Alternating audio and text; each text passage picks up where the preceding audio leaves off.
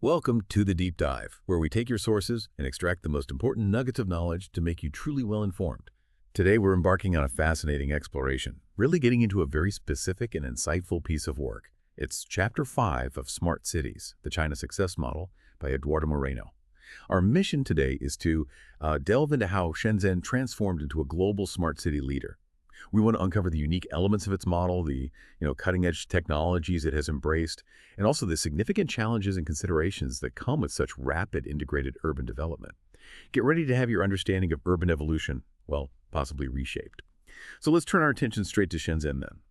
Moreno describes the city's transformation as truly remarkable. I mean, almost unparalleled in its speed and scope. What about its journey really stands out when you look at his analysis? Well, what's truly fascinating here, and what Moreno really zeroes in on, isn't just that Shenzhen evolved from, a small fishing village into this leading global metropolis, often called China's Silicon Valley, right? It's how they did it. And the strategic foresight behind it all, Moreno highlights that this wasn't just accidental economic growth. It was deliberate. A top-down strategic vision that boldly fused modern infrastructure with really ambitious, sustainable practices. Think extensive green spaces that are actually used, and a public transportation system that's not just efficient. It has one of the world's fastest growing metro networks. And they were pioneers in widespread adoption of electric buses and green buildings. This directly aligns with national goals to drastically improve environmental quality. So yeah, this isn't just growth, it's engineered urban evolution at an unprecedented pace too. Engineered evolution. That's a great way to put it. It sounds like a complete reimagining of urban life, almost like a master plan brought to life. And this incredible transformation has been driven profoundly by technology, hasn't it? Absolutely. At the very heart of Shenzhen's smart city vision, Moreno emphasizes, is this deep and pervasive integration of cutting-edge technologies.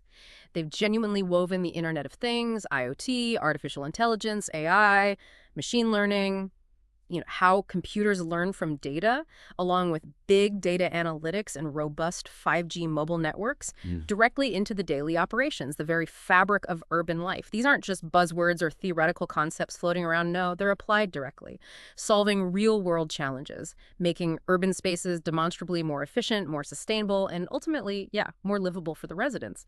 The sheer scale and speed of this implementation, that's a key differentiator from what we typically see elsewhere. Okay, let's unpack this a bit more. That integration sounds incredibly pervasive. Can you give us some specific, tangible examples? How do these technologies actually manifest in Shenzhen? What does it look like on the ground? Of course. Moreno provides a really comprehensive picture here. For instance, Shenzhen's framework. It extends across smart governance, healthcare, and education. A standout project he mentions is the citywide deployment of 5G technology. Now, this isn't just about faster phone connections, right? It enables ultra-high-speed internet, and that supports a vast array of IoT applications that simply wouldn't be possible otherwise.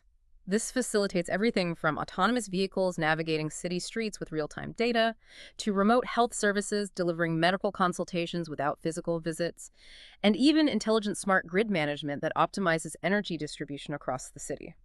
In healthcare specifically, they've introduced AI-based diagnostic tools. These assist doctors, help them identify conditions more quickly. And telemedicine services, which, as Mariama highlights, proved especially beneficial during the COVID-19 pandemic. It reduced the burden on physical healthcare facilities, allowing remote consultations to become the norm. It's really an end-to-end digital ecosystem they've built. That level of integration and the sheer speed, like you said, at which it was deployed, it certainly feels distinct from what we often observe in other cities. It makes me genuinely curious about the underlying structural framework. What enables all of this? Moreno goes into fascinating detail about Shenzhen's very specific approach to digital governance. He calls it the Smart City Plan from 2018. What's the core idea, the underlying philosophy behind this ambitious plan? Yeah, this plan, as Moreno explains, it really hinges on this fundamental principle of unification and integration of data. And that's across all government functions and public services. No exceptions. It's a deliberate strategy designed to drastically streamline decision-making, optimize resource allocation citywide, and enhance urban governance through what he describes as a highly centralized, multi-layered digital architecture. It's about building an incredibly robust, responsive, and adaptive digital ecosystem where data from, every conceivable government department, plus hundreds of thousands of sensors across the city, are not just collected, but intelligently analyzed and then actively applied, guiding real-time decision-making. The goal here is to move from just reacting to problems to truly proactive urban management. Wow, a multi-layered architecture for an entire city. That sounds incredibly complex. Can you break down how this actually works? How does the data flow through this system? Right. Well, if we connect this to the bigger picture, it's like building an urban nervous system. That's a good analogy. Moreno describes it starting with the smart city sensor grid system at the very base, the foundation. This is the comprehensive data collection layer, literally blanketing the city. It aggregates raw information from all sorts of diverse sources, sophisticated traffic sensors trying to reduce congestion, environmental monitors meticulously tracking air and water quality, and an extensive network of surveillance cameras strategically placed for public safety.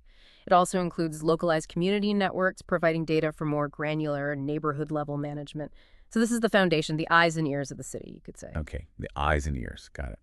What's next? The next crucial layer is data processing and integration.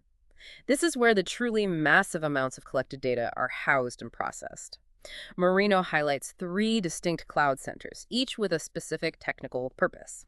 There's a supercomputing center, right, designed for handling immense computational tasks, complex AI models. Then a government resource center, which acts as the secure repository for highly sensitive official data. And finally, district-level data centers, which provide localized processing power for faster, real-time applications closer to where the data comes from. Now, this whole layer is overseen by 2 key institutions, the City Big Data Center and the Smart City Coordination Management Center. These are absolutely crucial for aggregating, processing, and frankly, making sense of this vast ocean of information. An ocean of information processed in these centers. Okay, and the final layer. Finally, right at the top, we have the data application layer. This is where all that processed information is transformed into tangible, data-driven applications that citizens and administrators actually interact with. So we're talking about sophisticated AI-based decision-making tools that can predict traffic jams or maybe resource needs, intuitive data visualization dashboards for urban planners, and various utility platforms that enhance areas like public safety, transportation, environmental management, you name it. This entire structure allows the city to be incredibly responsive to real-time conditions.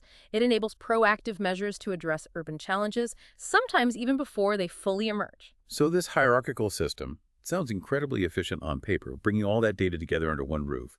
But Moreno also brings up what he calls the challenges of data centralization. He paints it almost like a double-edged sword. What are the significant benefits he highlights, and then what are the crucial trade-offs, the complexities that emerge? Yeah, it's definitely a double-edged sword.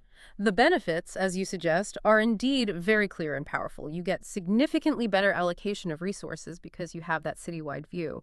There's improved coordination between government services, which, let's face it, often operate in silos. Right. And theoretically, at least, increased transparency for public oversight because there's a unified data source. Plus, it simplifies data access by centralizing information that was once scattered everywhere. However, this is a big however, Moreno notes that this centralization has introduced significant and maybe unexpected challenges.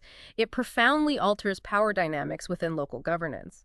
Control over crucial data shifts from individual departments to that central city big data center, and this can sometimes lead to a perceived loss of influence for established departments, or even increased scrutiny of their historical practices and efficiency. That can create some internal resistance, as you might imagine. The internal politics. Makes sense. Exactly. And beyond these governance shifts, the technical integration itself presents significant hurdles. Moreno highlights that inconsistent data quality from older records makes effective analysis incredibly difficult. Some data sources might be outdated, incomplete, or just plain inaccurate, garbage in, garbage out, right? Yes, Furthermore, different departments and even private companies involved often use unique, incompatible data formats. It's not just different file types, it's often inconsistent definitions, measurement units, maybe semantic mismatches. It truly is like trying to make sense of that ocean of information when it speaks many different languages. Yeah. Making seamless, intelligent integration a complex, ongoing task. It requires immense political will and, frankly, a lot of technical expertise. Okay, so one area Moreno delves into that truly caught my attention. It's the reliance on these big private tech companies, Baidu, Alibaba, Huawei, Tencent, in this whole digital governance model.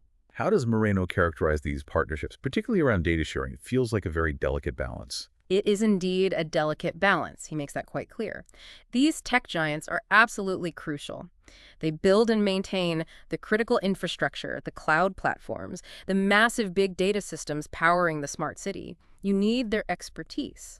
However, Moreno emphasizes that the government is very deliberate about maintaining ultimate authority over its data resources. That's paramount. So while they rely on these companies for their technical prowess, these private entities rarely gain full, unrestricted access to the raw government-controlled data. The government prioritizes safeguarding sensitive information and maintaining what they call data sovereignty. Okay, so how does that work in practice then? There- How do they share? He identifies two primary data sharing models that really illustrate this control. One is what he calls indirect access. Here, companies design applications that interact with a government-provided API and application programming interface. This API gives them aggregated or anonymized data, but they never directly touch the raw, sensitive information held by the government. Right. The second model is controlled access. This allows companies limited, project-specific access to raw data, but it's often anonymized or pseudonymized first. And this access happens within secure virtual environments. It's subject to strict, real-time government monitoring and oversight. This strict control is their attempt to balance private sector expertise with public sector data ownership and security. This intricate dance between public and private, and just the sheer volume of data involved, it naturally brings up important ethical considerations, especially around individual privacy and the potential for surveillance. What does Moreno say about that critical aspect? This truly raises a fundamental question, and Moreno doesn't shy away from it. He stresses that with greater government authority and this centralized control over such vast amounts of data, there's an inherent and increased risk. Risk of over-surveillance, potential for social control, and the possibility of bias creeping into data-informed decisions if the algorithms or the data inputs are flawed. The extensive data collection capabilities of Shenzhen's sophisticated infrastructure naturally highlight these profound risks. It's unavoidable. Right. He underscores the essential need for a robust and strict ethical framework, one that not only protects individual privacy through measures like data anonymization, robust access controls, transparent usage policies, but also establishes strong, clear data governance policies right from the outset, not as an afterthought. The balance between technological advancements designed for efficiency and strong, unwavering privacy safeguards. Well, that's absolutely crucial. Crucial if Shenzhen's model is to serve as a truly responsible and maybe transferable example globally, and not just, a cautionary tale. What an incredible, really in-depth exploration of Shenzhen's smart city model.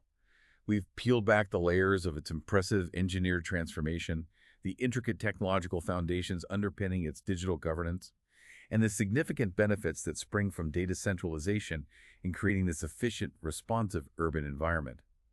But we've also rigorously explored the critical challenges Moreno highlights, from the practical data integration headaches and the shifting power dynamics within governance, to the complex interplay of public-private partnerships, and perhaps most importantly, those ongoing ethical considerations around privacy and surveillance that are so central to modern urban life. Indeed. Moreno's insights really highlight that while China's approach to smart cities, particularly what we see in Shenzhen, offers a powerful blueprint for efficiency, innovation, and rapid deployment, it also brings to the forefront a fundamental tension, a tension that all cities grappling with digitalization must address. The question isn't just if technology can make our cities smarter, but how it should be implemented. How do we ensure the well-being and privacy of every citizen? And ultimately, do the benefits truly outweigh the inherent risks? So what does this all mean for you, our listener? As urban environments worldwide continue to evolve, racing to become smarter, more efficient, how do we ensure that this pursuit truly enhances quality of life for everyone, without compromising fundamental values like individual privacy, democratic accountability, and equitable access to these technological advancements? It's a provocative thought, definitely something for you to mull over as you observe how technology shapes the cities around you, and perhaps even how your own data is being used. That's all for this deep dive. Join us next time as we continue to explore the hidden insights in your sources.